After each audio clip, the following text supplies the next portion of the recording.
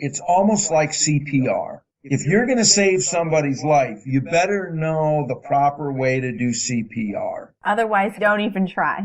Don't even try. You're wasting everybody's time, and you're probably aggravating the person that you're trying to save anyway. So,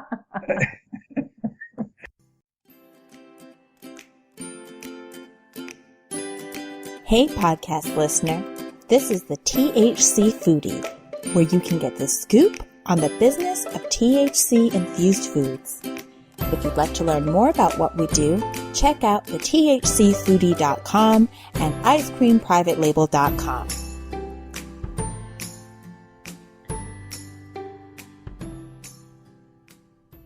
Is there a way to start really small and maybe have an ice cream shop or retail shop that's pretty stark on the inside? Can you start without a lot of those bells and whistles and then start scaling up? Where would you cut some of those costs on the front end? I think that it depends on the overall budget. Let's say you have $100,000 to work with. So $50,000 is allocated towards infrastructure, improvements, amenities, and $50,000 is your lifeblood money. That is the money that you are going to have to fall back on after you open. So I think that during that planning stage of $50,000, I think that's where you are going to be able to understand, and if you're disciplined, about the right kind of lights you need. You may not be able to get the $800 fixtures, but maybe you can find one that's $150 light fixture. Or maybe the countertops are not in mahogany. Maybe they're in,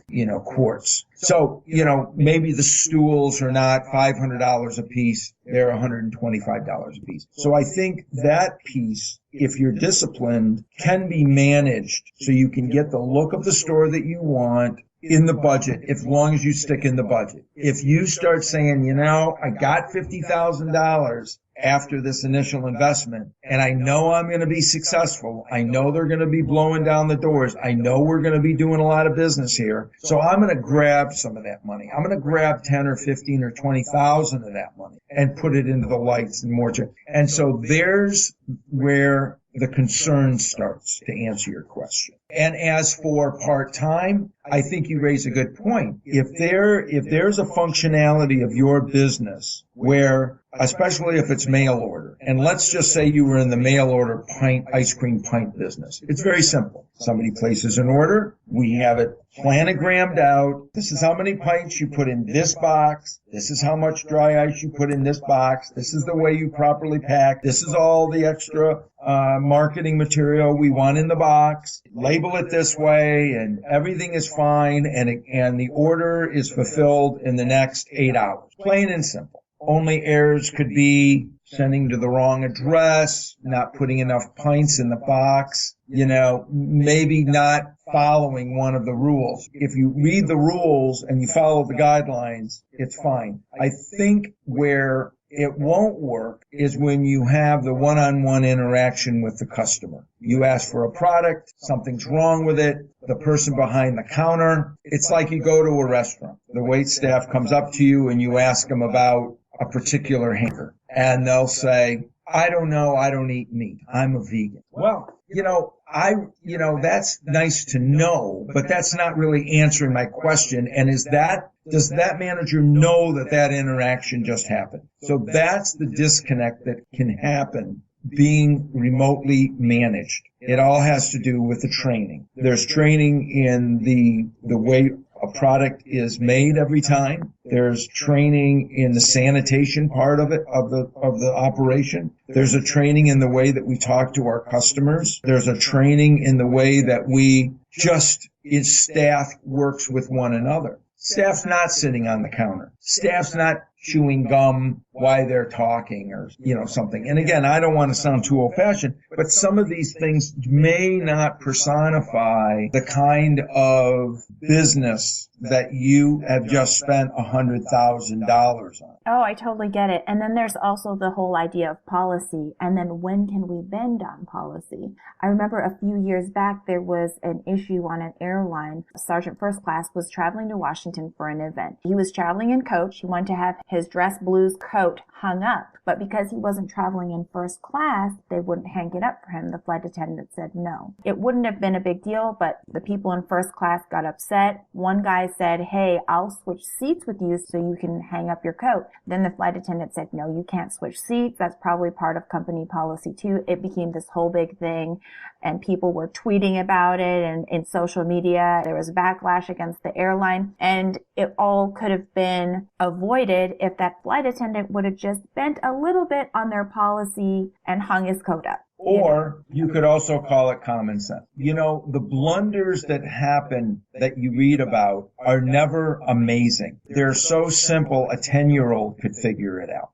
I don't care at what level, CEOs of companies, they say something, 10 words that changes the whole way that people look at their organization. And the real back is, you know, I do apologize for what I said. Well, really? You know, so at the end of the day, for some people, the apology works. For others, it's so fabricated anymore. But you are right. It's common sense items that bring down big ships.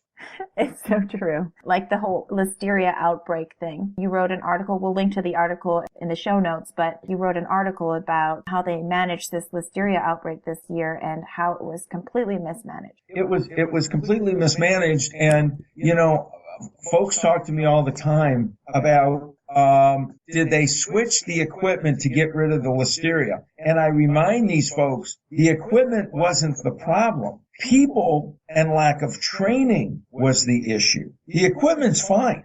The question is if these folks, the assumption is these folks had minimum training or lack of training, or a procedure was changed to save money. That's my theory on this. I think that this whole thing stemmed back from save labor.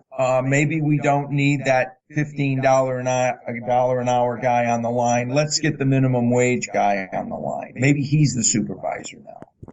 Maybe we're cutting back in staff. Oh, let's run that machine, that line a little bit longer. We're supposed to be breaking it down every 8 hours to clean it, but let's run it for another 12 or 14 hours. So it could be a variety of things. I don't know what it was, but at the end of the day, it was a people problem. And people problems do not go away with new equipment. People problems are addressed on a regular basis. It can be boring. It's almost like CPR. If you're going to save somebody's life, you better know the proper way to do CPR. Otherwise, don't even try.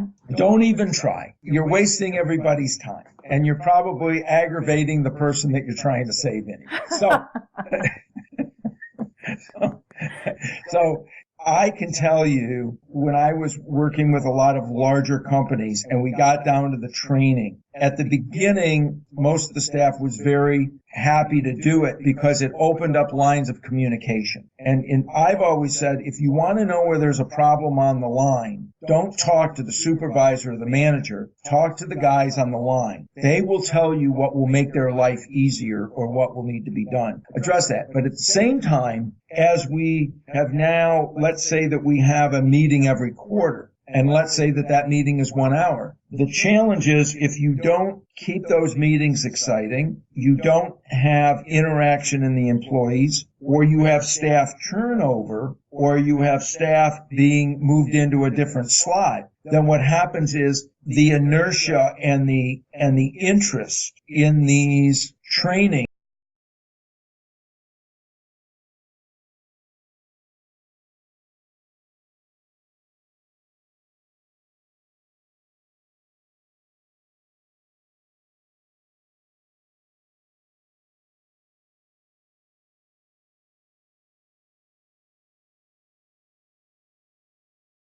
case now, listeria check. The unfortunate thing from the Blue Bell incident is nothing was learned. So people have talked to me, well, we talked about the Tylenol issue many moons ago. And I said, that's right. But what came out of the Tylenol incident? The tamper-proof cap. An unfortunate event was turned around, and now we have tamper evidency to say, if you get a jar, a bottle, whatever, and the seal is broken, don't buy it. So that's a good thing that came out of an unfortunate event. But with the Blue Bell event, we've learned nothing. There's nothing added to society. There's nothing. There's a hope and a prayer that somewhere down the line that the same people running the show don't fall back into this pattern of whatever happened behind the scenes that we'll never really know. We'll never really know what happened. So I think what we're saying here, whether it be the general success of your business for 6 months or 5 years or whatnot, or actually maintaining a high quality, a high standard, and a safe business over time, if you're not going to be able to do everything yourself, which you're not going to be able to do, you need to have some processes in place. And you need to continue to tell your staff what the overall message is. We want to serve a quality product at the highest level, have complete customer satisfaction, have a fair price, and have a return customer. That's our mission. Do you have a product or business you want to share? We want to know what you have to say. Leave us a comment on our website at thethhcfoodie.com or on Twitter at SafeTHCFoods.